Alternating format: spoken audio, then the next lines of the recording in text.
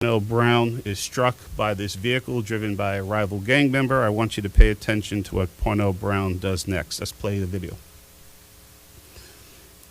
All right, that's him. In the red, the car now is swerving right there. It's starting to swerve to the right.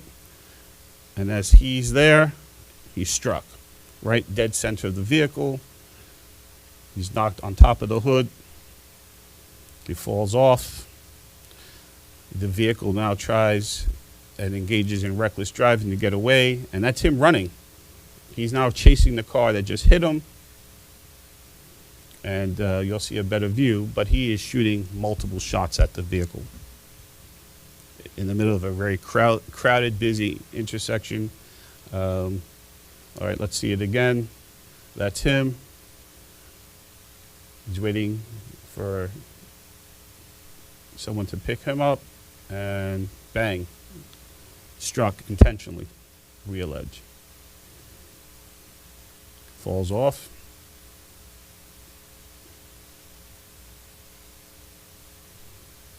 Gets up.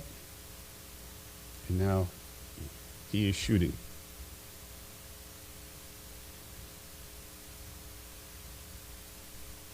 It's a miracle that no one else got shot or hit by that car. You see how reckless the getaway driver is doing.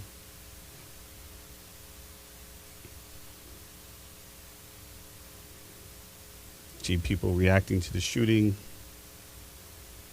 There you go, clear as day, gun in his hand, firing.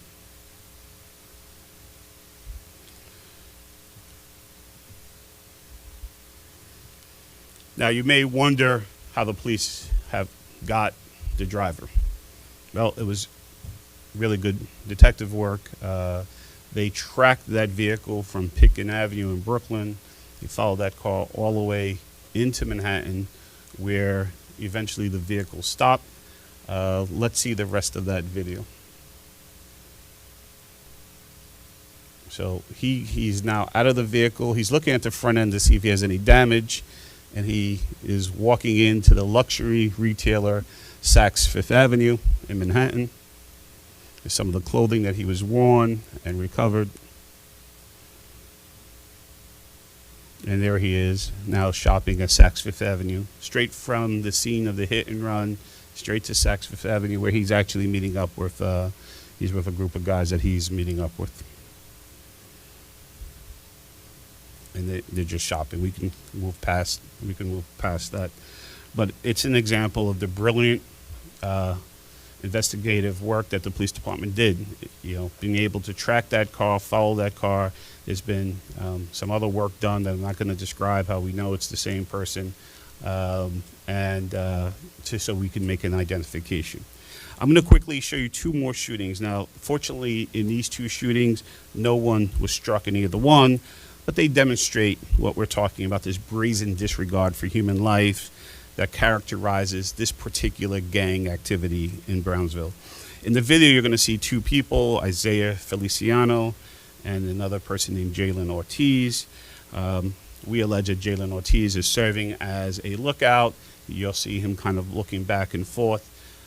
Up the block, there's some rival gang members in a car, and Isaiah Feliciano, we allege, pulls out what appears to be a machine gun, a Tech-9 machine gun, and he starts firing. He's aiming at a car that's slightly off camera. Let's watch the video. Jalen is the one that's behind him, and Isaiah Feliciano has the multicolored jacket that you can see. Now, if you see, he already has the gun out. It's a huge gun. It's in his hands.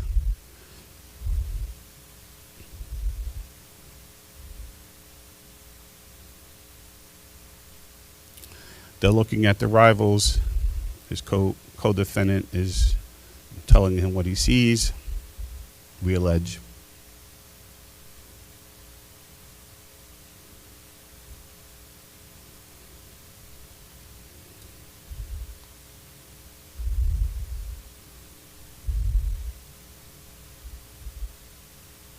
Now he starts to shoot, and you can see the rapid pace, which is That gun was not recovered during this investigation, but is consistent with a Tech 9 handgun.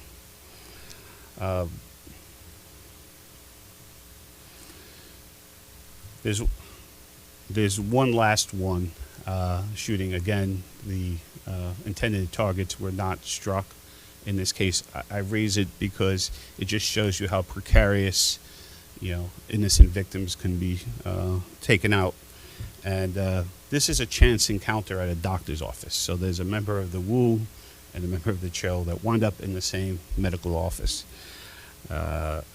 When we allege that that Lawrence Cook goes to this medical doctor's office, I believe it's actually a dentist office. He goes there and he sees fairly a prominent CHO gang member also in the office.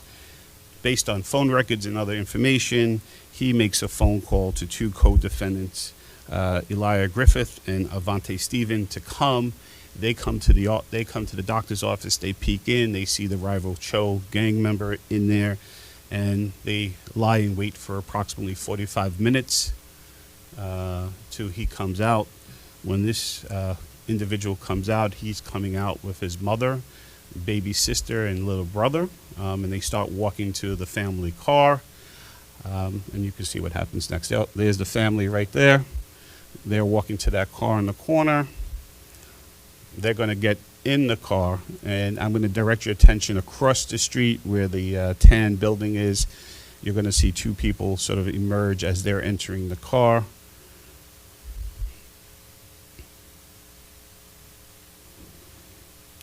And we allege that Griffith is the actual shooter in this case. So they're still entering the car. There's the first person.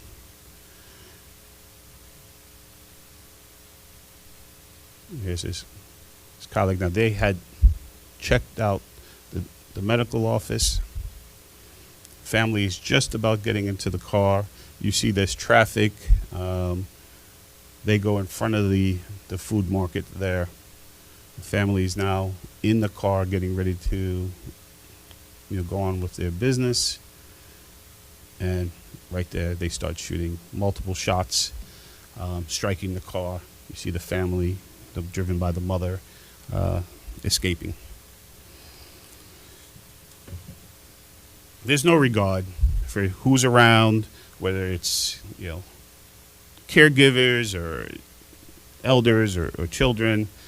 There's no thinking about the terrible consequences that this behavior is causing in their community. They're simply going to shoot on sight at rival gang members. We are never going to tolerate that behavior in Brooklyn. Never. And we're going to continue to make it the number one focus of our office effort to stem gun violence. I know that the police department will never stand for this conduct, and we're going to work together collaboratively to identify these individuals, to build strong cases, and to prosecute them to the fullest extent of the law. We're going to bring down shootings and murders as we have over the past 2 years in Brooklyn, and these are going to play an important part in that strategy, which is to remove the most violent individuals from our streets. Today, we filed 4 indictments totaling 106 counts, which include conspiracy to commit murder, conspiracy to possess weapons, homicide charges, attempted homicide charges, reckless endangerment, and multiple weapons possession charges.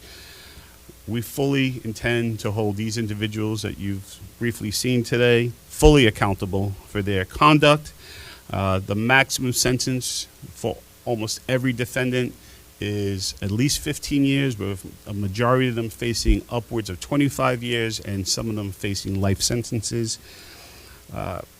In addition to this indictment, we've started the process of reaching out to the community and stakeholders of Brownsville to let the tenant association members know, and stakeholders and clergy and our elected officials, of what's happening here, because I think it's important that we are fully transparent and explain to them the actions that are taking place. I think it's part of the healing process, and we believe that if we can continue to work with our communities, we'll have a better understanding of their needs and what it takes them to feel safe in their own communities. So far, the feedback we've received has been very positive and very appreciative that we've taken these violent individuals out of their community.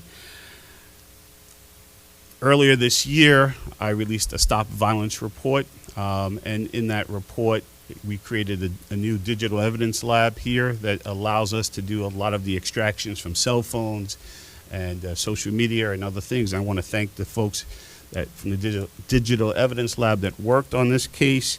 I think it's going to allow us to better prosecute many of these violent crimes, including gun crimes. It's an ongoing effort to do this and work with the police department. We've also committed more personnel and hired more personnel, people to my left, to work directly on gun violence. And the police department has reduced gun violence in the city by at least 15% so far this year. It's moving in the right direction, but this is not something that we can ever take our foot off the gas, and we have to continue to fight this. And I want to thank the police department for their partnership on all of the work that they do, but in particular, the Gun Violence Suppression Unit and the Violence Reduction Task Force that works with them to really focus in on these cases. It's so important that we solve these past shootings because that's the only way we're going to prevent the cycle of retribution and retaliation from continuing. I want to thank, again, all of the officers in the 7-3 precinct who've been working here, their squad, and the great detectives that you see to my right, and then my team to my left, including the senior ADAs, Kelly Maloney and Daniel Stern, who worked to put this in the grand jury, and the supervisor, Catherine Spoda, and Jen Cilia and Al DeAngelis. It really does take a team to put these cases into the grand jury, to put all this evidence before the jury. You just saw a snippet of the 106 counts that we put in before the jury. It took many weeks and months to get all this information before our grand jury. And now we're going to hear from our great police commissioner. We're going to take questions. I ask that the questions be related to the case, and just be respectful of the police commissioner time. Thank you. Good afternoon, everyone. Thank you for being here. I want to acknowledge the valued partnership the NYPD has with DA Gonzalez and the team of professionals here at the Brooklyn DA's office. Collectively, today, we have significant results for the people of Brownsville, of Brooklyn, and for the city of New York. As DA Gonzalez detailed, these defendants were responsible for 2 murders and multiple shootings, and more than a dozen shooting victims, including a 3-year-old child. Indiscriminate violence that terrorized the residents of 10 different housing developments. We have taken these criminals off our streets, and together we will endeavor to keep them off. Among the highest priorities of the NYPD and our law enforcement partners is focusing our resources on precision policing, focusing on those responsible for the majority of crime and violence in this city. It is our commitment to rid our streets of illegal guns, those brazen enough to use them, and anyone who victimizes or preys on the people of this city. Multiple firearms were seized over the course of this 2.5-year investigation, and we are proud of the exceptional work in this case. The members of the NYPD Gun Violence Suppression Unit, led by their chief, Jason Savino, together with the skilled professionals of the Brooklyn DA's office, Violent Criminal Enterprises Bureau.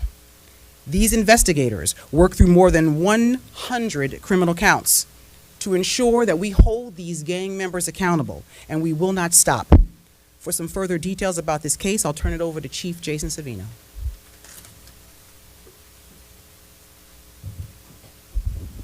Thank you, Commissioner, and thank you to the DA, and thank you to everybody seated out here. Just by the showing and looking at people's reaction, I can tell that you share our passion to eliminating gun violence. So good afternoon, I'm Deputy Chief Jason Savino, and throughout the year, our gun violence suppression team has been faced with the challenge of decreasing gun violence for our beautiful public. We promised to do every single thing possible to decrease and ultimately try to eliminate gun violence and keep our great public